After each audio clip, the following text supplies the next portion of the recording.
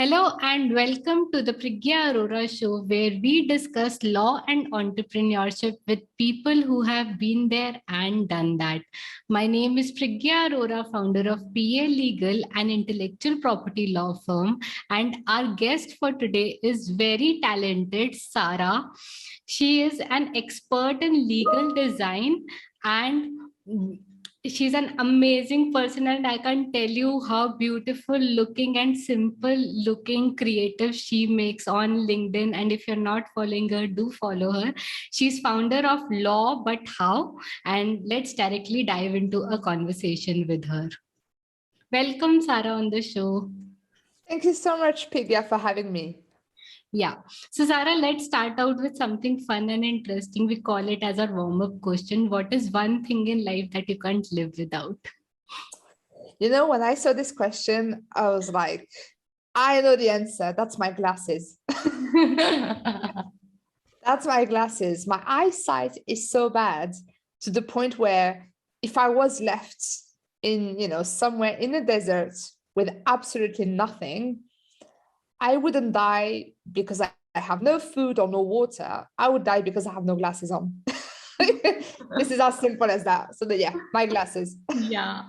Just to tell you something about myself, I used to be one with, very thick glasses, and I got LASIK done recently.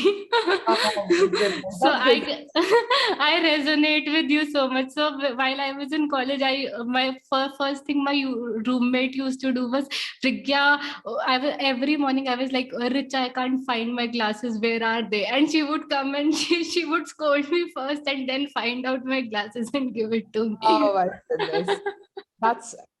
That's very, very relatable. Yeah, I know. So Sarah, now coming to your career journey, can you tell us something about that and how you became the person you are today? Oh, absolutely. I will try to make it quick and hopefully interesting for the audience. But long story short, I've qualified as a lawyer. That was in 2014 in France. I'm a French qualified lawyer.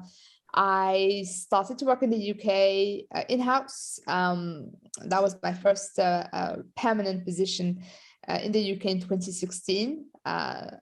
So a year and a half after graduation. So I've worked in the tech industry, and then I've stayed there a year and a half. I was part of a legal team. Then the second role as an in-house counsel, but it was a sole counsel position, so very different, because I was no longer shielded by a general counsel who would take all the accountabilities and have the vision. I was the one to actually do that. So I've been a sole counsel and I've grown a legal team from scratch, and that was back in 2017. And I stayed there for 4 years, and in parallel of my in-house legal career, I was creating content on social media, and I started with giving value to people in terms of career, because I've really struggled to find a job myself. And then I understood the power of conveying information on social media for the legal industry, and this kind of really showed me another path. And as I was kind of sharing in-house legal related content as well, based on my experience, I kind of realized that I was more passionate by the practice of law, the solving problem in the legal industry versus the practice of law. So that's really what really led to where I am today. And this is why I've left in-house legal to focus on legal design and legal tech. So that's it. It's very inspiring, Sarah. I know it's not very easy to, switch careers and go on the path that you really want to choose for yourself. It's not easy. It takes a lot of courage. So congratulations for that, and big shout out for doing that. Thank you. I'm sure a lot of women entrepreneurs get inspired seeing that, and it's in the industry that as you said, legal tech and legal industry as a whole, it requires some transformation that we all are up to, and like leaving the older path on which lawyers were traveling and choosing the new one. Yeah. Absolutely. Yeah. You need to change your mindset. Yeah, definitely. So, Sarah, one thing which, catches eye on your LinkedIn profile is authenticity, right? And I'm sure you must be hearing it from people about authenticity. So you have mentioned probably a period of 10 months which you were technically unemployed. So can you tell us what made you do that and come out to public and probably share the concerns of what it takes at that point when you do not have a job and you're looking and finding, probably you're not sitting idle, but you're finding something, you are exploring yourself maybe. So can you share something about your story about that? Yeah, no, absolutely. The reason why I officially mentioned on LinkedIn that I faced a very long period of unemployment, but also, I found an internship. I was meant to do an internship, but this internship was a scam, so I got scammed as well. Like everything is, written on black and white on LinkedIn. Yeah. And so as you mentioned, and the reason why I've done that is to kind of give some hope to people. And I'm yet to come across anyone who has had a very straightforward career. It might not be unemployment, or it might not be being scammed by a fake internship, right? But it might be other types of challenges. It might be a job that didn't work out, or it might be, having been managed by someone who, and it was a terrible experience. Like we've all had challenges in our career, and this is normal. This is sometimes what it takes to grow. And so that was really the spirit behind it, is that, hey, like I am where I am today because of those experiences as well. In some ways they've helped me, because when I was, struggling sometimes as an in-house lawyer, I would look back at this time where I was unemployed, or I would look back at this time where I was desperate for legal experience to the point where I went for an internship that didn't exist. So it gave me that perspective. It gave me a resilience. So every experience helps. And I want to normalize the conversation that we can be very successful, have very good careers without, having a straightforward journey. Wow, I think it's an important message that everybody should learn, that probably career journey is never straightforward. It has ups, it has downs. And being business owners, like you are a business owner, I am a business owner, we know every month is not the same. Yeah. Every project is not the same, every client is not the same. So be it business, be it our study life, we all have this ups downs going on continuously. So another question that comes up now is, how do you juggle with your ups and downs? I'm sure you must have faced many, but what keeps you motivated? Oh, 100%. My goodness. Like, I mean, I've been in business for not so long. It's been like less than a year. So I've launched Global How in 2021 when I left in-house. So it was in July of a summer. And I mean, what I found is, I mean, obviously everything I've been creating on social media has really been paying off. Yeah. Where originally, when I started to create content, it was very much to add value. I mean, I'm not saying I don't add value anymore now, but now I'm much more strategic because I have a business, to run. Whereas before, it was more in the content creation capacity. So I could share about everything and anything that came my mind. But even then, even when doing that, I could see that when I said, hey, by the way, guys, I'm launching my own venture, so many people were supportive. And people started to reach out as well. They started to reach out. They started to be intrigued, by the type of services that I would offer. And in the beginning, you get excited, right? You get excited. You've got your first leads. You've got your first client call. You spend an enormous amount of time to prepare for a prospect, and then you never get a response. You send a quote.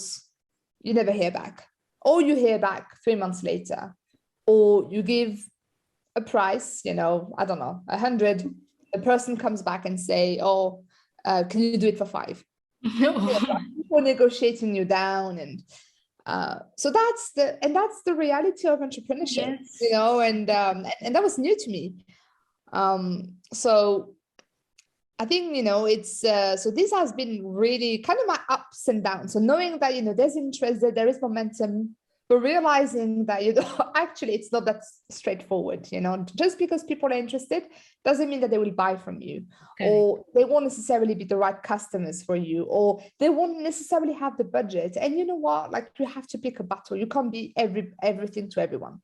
So I'm kind of, obviously I'm learning still, but these are the things that, I have experienced. And what keeps me going is my passion for what I do. I have a genuine passion. Yeah. And as I always say to people, I do these things for free. I create this content for free. So can you imagine what I can do when you pay me to do that for you? So that's really the drive and the passion that keeps me going. I know, and seeing your profile, people will automatically realize the potential you have. I always tell people, like, whatever work you do, whatever field you choose, it's very important to show up and to tell people that you are doing good work. Otherwise, nobody will know and nobody will probably reach out. You may be the best of lawyers, you may be the best of entrepreneurs, but if nobody knows about you, I think it does not hold a commercial value if nobody knows about it. Absolutely. That's right. Yeah. And another thing is, like you mentioned, that if we give a quote of 100 and in response we get 5, in initial days of career, people probably get paranoid and they are like, okay, we are getting a client, we should probably take that. But I think that is also, in the process, we gradually learn that we have to have our own value and know our own worth and learn to say no, I guess. Yeah, learning to say no is as important, if not more, as saying yes.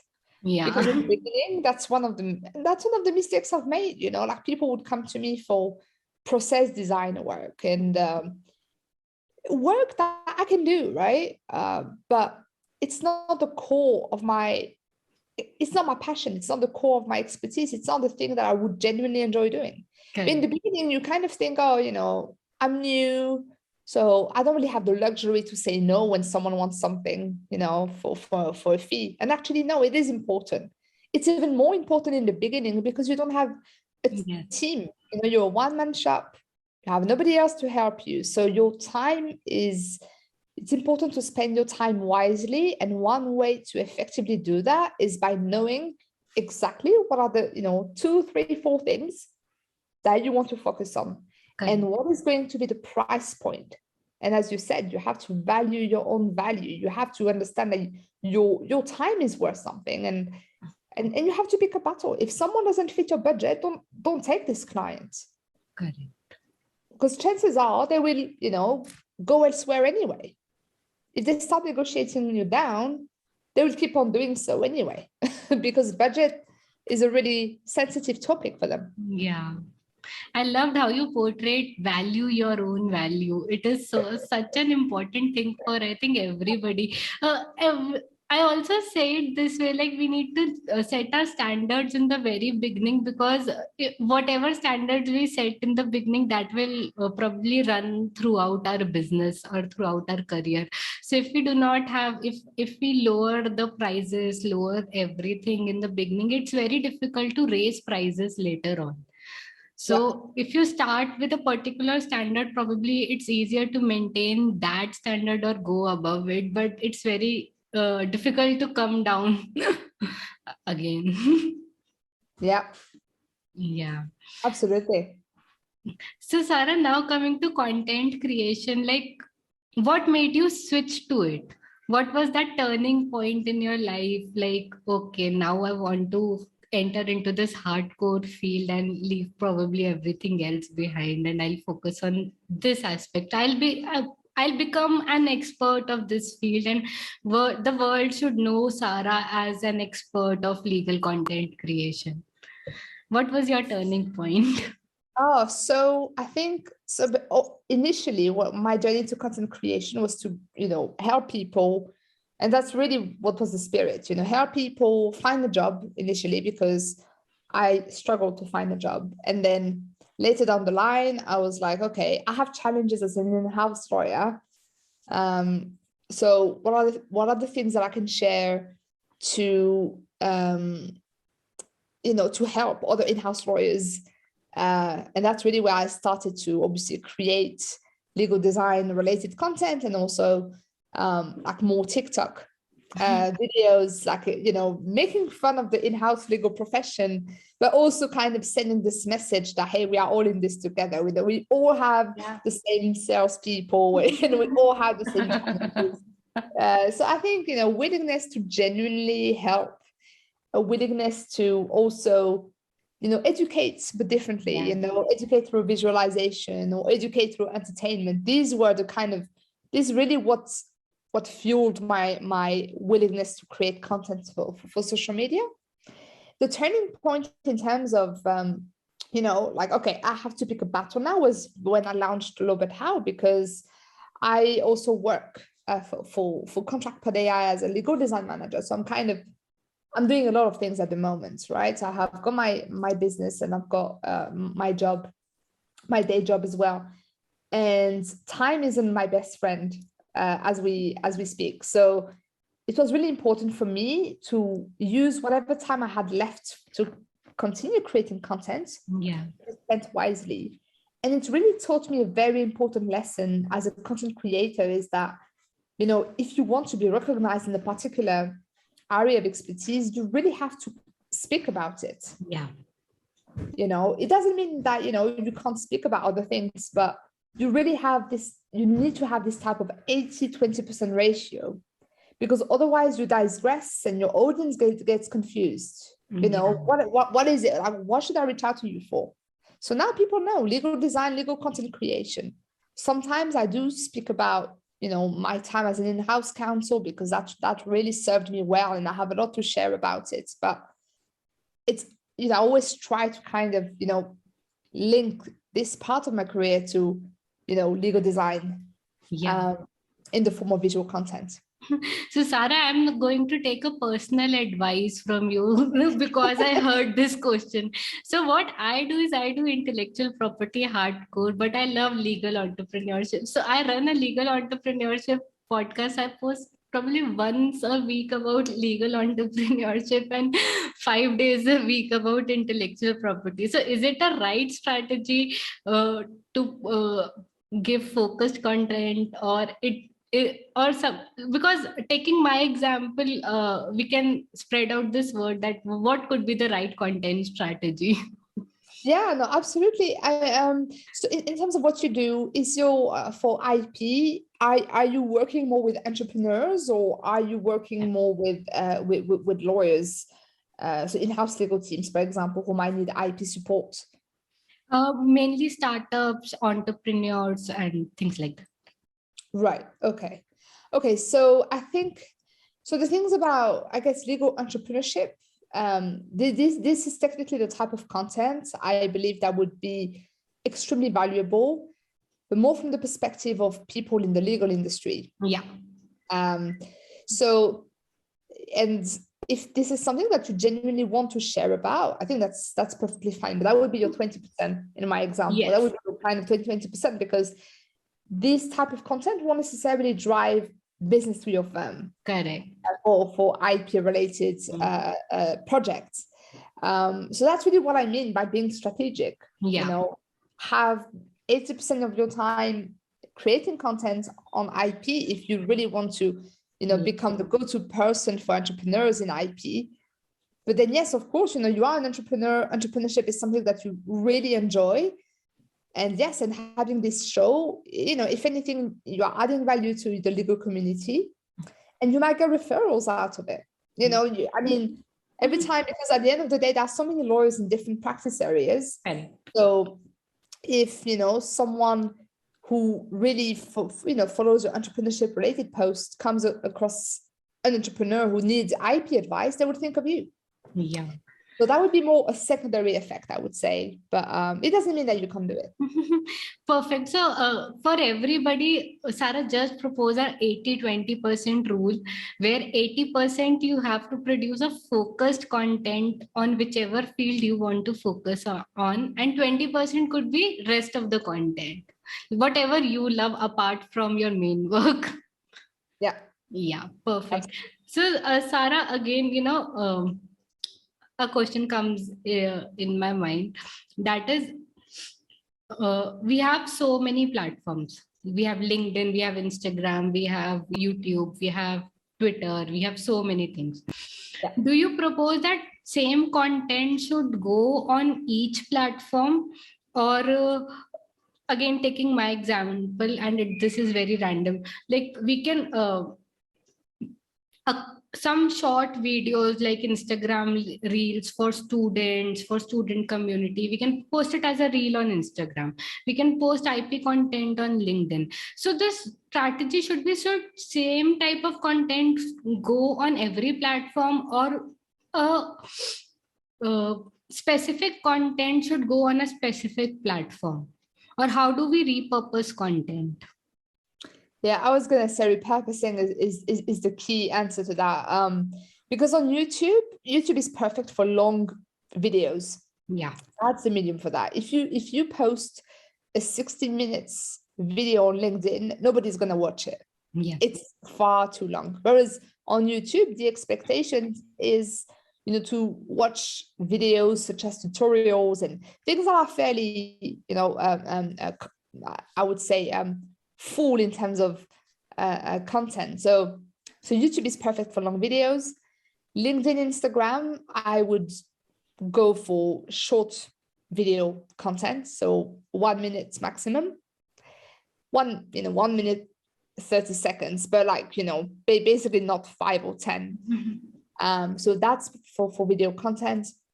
On YouTube, you wouldn't post written content, right? Yeah. So written content would more likely be suited for blogs or the blog posts, or even LinkedIn, if you have a newsletter on there, or if you write articles. Instagram, you will have more, as I said before, short videos, but also visuals. Yeah. So visual content works quite well on Instagram.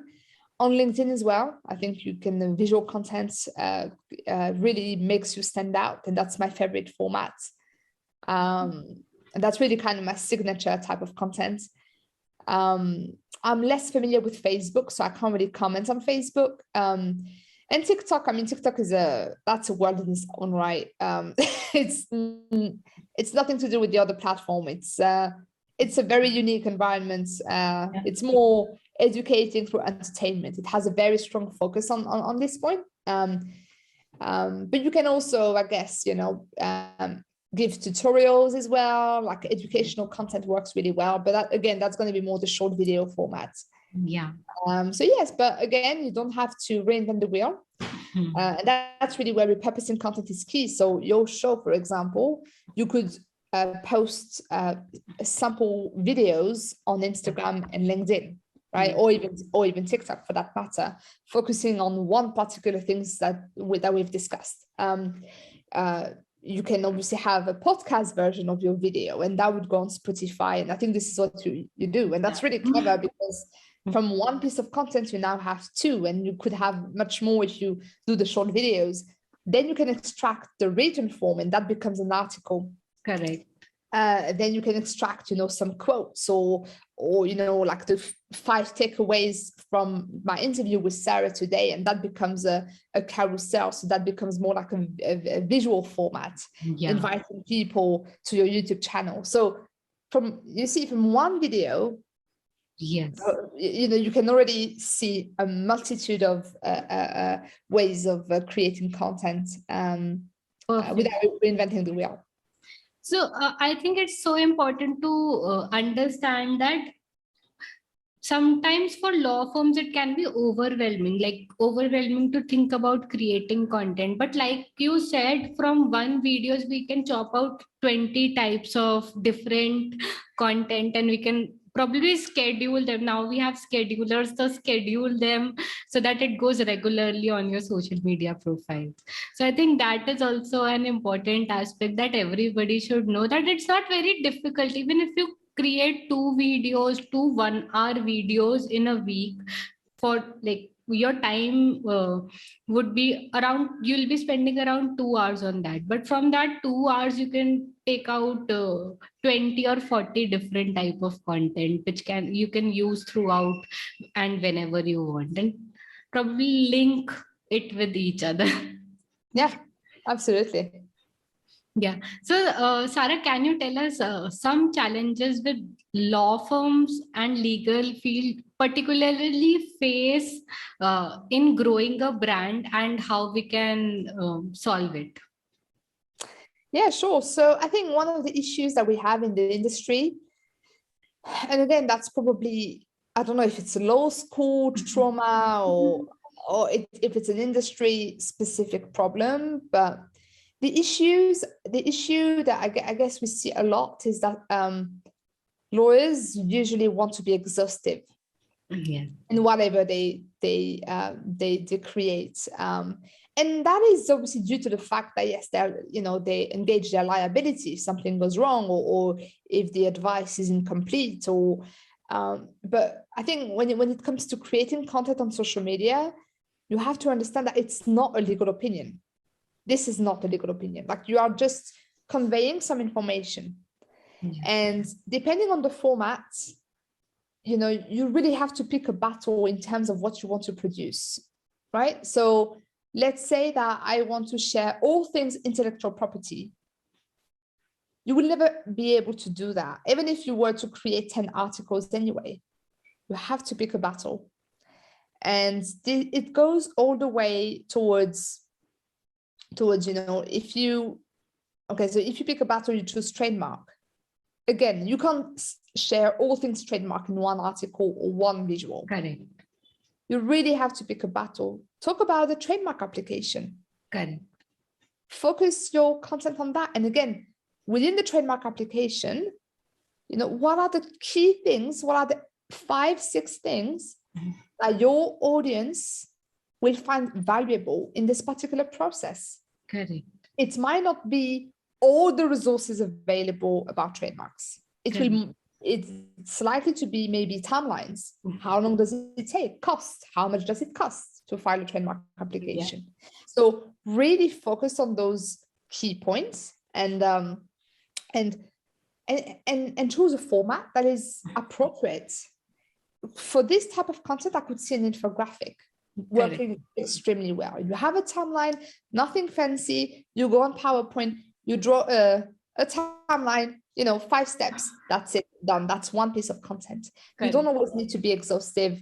You don't always, kind of fear about worst case scenario. Oh, but what if I say this and then someone sues me because that wasn't, no, this is not legal advice. This is information that is aimed at promoting your visibility on social media, and this is the way you should look at it. And I think that's probably an industry problem. So I can see things changing slightly. I can see lawyers becoming more and more vocal, and trying different things, trying videos and trying TikTok and trying so that's, I think there is a great progress towards diversity of content, but when it comes to technical information, I'm yet to see people really driving change. I guess we'll see how it goes. Very beautifully explained, Sarah. I resonate with this problem a lot. I can't even tell you how much. So these young law students will come for internships, like they come regularly, and they'll fill their articles with, heavy legal jargons, fancy language, and then I'll explain them. Nobody's going to read it. You want to write content for non-lawyers. You don't want to write content for lawyers. You want to reach out to your audience. So I always tell them that it has to be short, simple, and engaging. If it is not short, if it is not simple, if it has one difficult word and it is a legal jargon which the audience cannot understand, they'll not, because these days scrolling is so easy. On our mobiles, we have to just do this. Yeah, exactly. So if it is difficult, nobody is going to read. Yeah, absolutely. Yeah, this is a very short attention span. You have literally seconds to grab people's attention. Use them wisely. Wow. As you said, if people don't want to engage with it, they will scroll. That takes half of a second to do that. Probably. So I want this message to go to everybody that please don't use fancy language, and Sarah has validated it.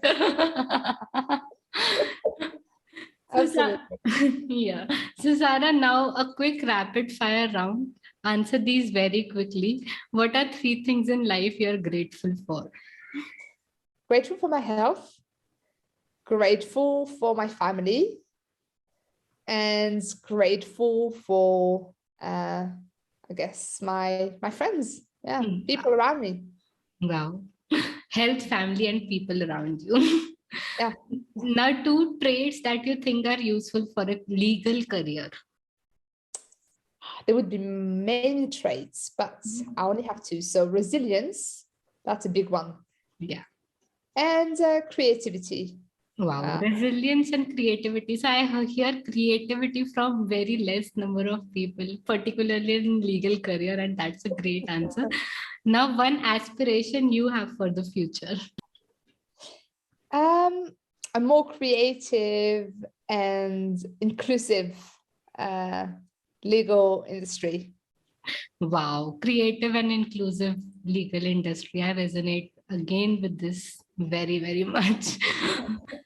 Do you want to discuss, so the rapid fire round is over. Do you want to discuss some aspects of inclusivity? Now we have just spoken about it. So yeah, absolutely. I think it's I think there is a lack of inclusiveness, I think, in terms of, and I won't even I mean, it's diversity and inclusion applied across, multiple spectrums of the industry, whether we're looking at the profession or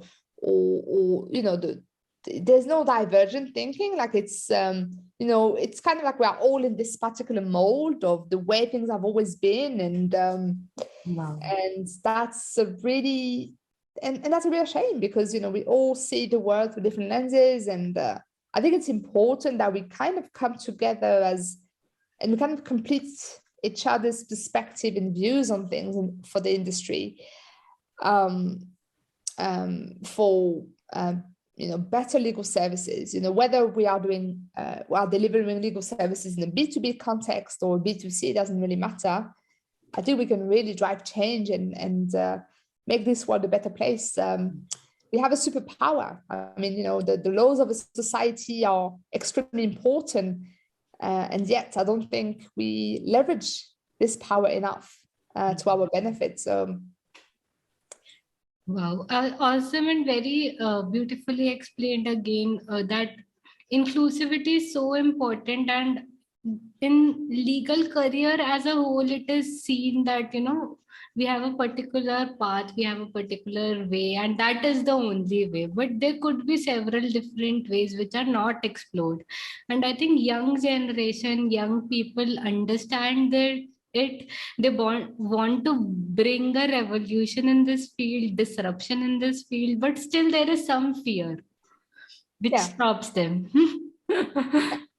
And probably my message would be to everyone that take a little courage and take the first step, probably, and then things will follow. Like Sarah, you are an example of this. Like, I think courage, whatever I have spoken with you in last 45 minutes, I think courage, it takes courage to be authentic. It takes courage to come out and speak the problems people have, the problems people face.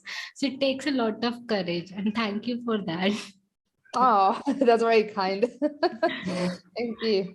Yeah. So, Sarah, now quickly, can you share some key takeaways for lawyers and legal entrepreneurs? All right.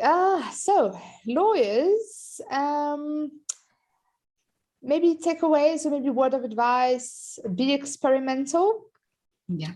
yes, things have always been in a certain way, but it doesn't need to be. That's just the way we've been trained, and we are taught to look at precedents to mitigate, if not avoid the risks. But that's just not what life is about. Life is about experimenting, and it's about, getting certain things wrong, but also getting certain things right. And be experimental, let go of perfection, and remember that one is always better than zero. Yes. If you take one little step every single day for the rest of the year, you will be a couple of hundred steps away from where you are today. So it's always important to kind of keep this, that's what I like to call incremental improvement. So yeah, that would be my word of advice, I guess, for legal practitioners. And for legal entrepreneurs, whether lawyers or otherwise, I admire you. I can give any word of advice because I'm getting started. It's year one. Maybe in a couple of years, I will have much more to share, but keep doing what you're doing. And it's really brave, to come up with a business idea and try to make it work long term. So yeah, keep going. Wow. So I'll just reiterate a few points which I just got from you. Be experimental, experiment, fail, try, fail, and finally win. Take the first step. Don't fear taking the first step, and focus on incremental improvements. I think what you said, one is always better than zero. So focus on incremental improvements, and your life would be magnificent. Yeah, absolutely. Yeah. That's right. So thank you so much, Sarah, for your time and for being on the show. I'm sure the audience is going to love this episode. Oh, thank you so much for having me. Hopefully they will. Yeah, definitely. Hey there. Thank you for attending today's session. If you enjoyed today's session, do follow our channel and consider sharing it with a friend. My name is Priggya Arora, daughter of inspiring parents, alumna of IIT Kharagpur, engineer turned lawyer and entrepreneur, and now founder of PA Legal, where we help creators and innovators protect their intellectual property. Thank you.